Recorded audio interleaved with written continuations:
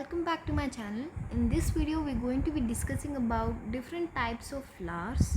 So there's a lot of different ingredients that you use when you're baking, but there's so many different replacements to that, and those are not just as common as the ones you use or as the ones that are usually present in your pantry. So today we're going to be going a little deeper about them. Let's get started. So yeah, like I said, there will be different videos about different ingredients, so make sure you check them out and like and subscribe if you enjoyed. Flour is one of the most commonly used ingredients and it's present in almost every single person's pantry. So when you look at it in a baking perspective, there's three different types of flours. There's all-purpose, cake flour and bread flour.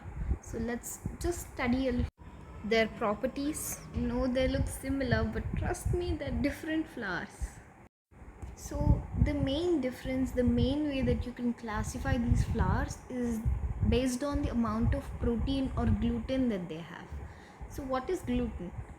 Let's take a bit of a detour and then see what gluten actually is. So gluten is the protein part of flour.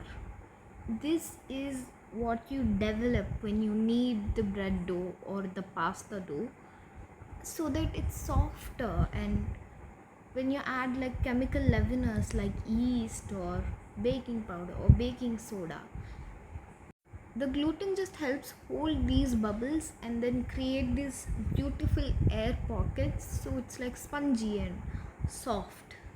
So it's specific to rye, barley and wheat. Anyway, hope you got familiar with what gluten is. Let's move back to what we are talking about. Cake flour has 7.5% gluten sitting at the lowest, and all-purpose flour has 10.5% of gluten, and bread flour actually has 12.5% of gluten. So this is the reason cake has much of a different texture when you compare it to that of bread. This because of the gluten, and most people use all-purpose flour for both cakes and for bread, and that's the reason it gets its name. It can be used for anything because of that balance of gluten. It's not too much, it's not too less, so that's why it's the all-purpose flour. So you might have noticed there's actually another type of flour that we didn't talk about in this video, and that is the whole wheat flour. It actually has the most amount of gluten among these three. It has like 17.6% of gluten.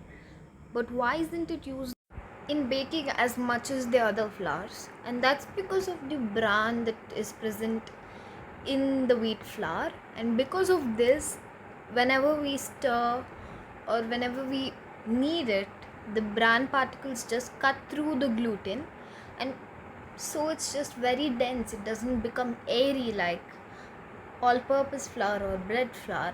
Just stays dense. So that is the reason most people do not prefer using whole wheat flour while baking, even though it's healthier. So I hope this video was informative for you. I am going to be bringing out many other videos like this, so stay tuned. Thank you.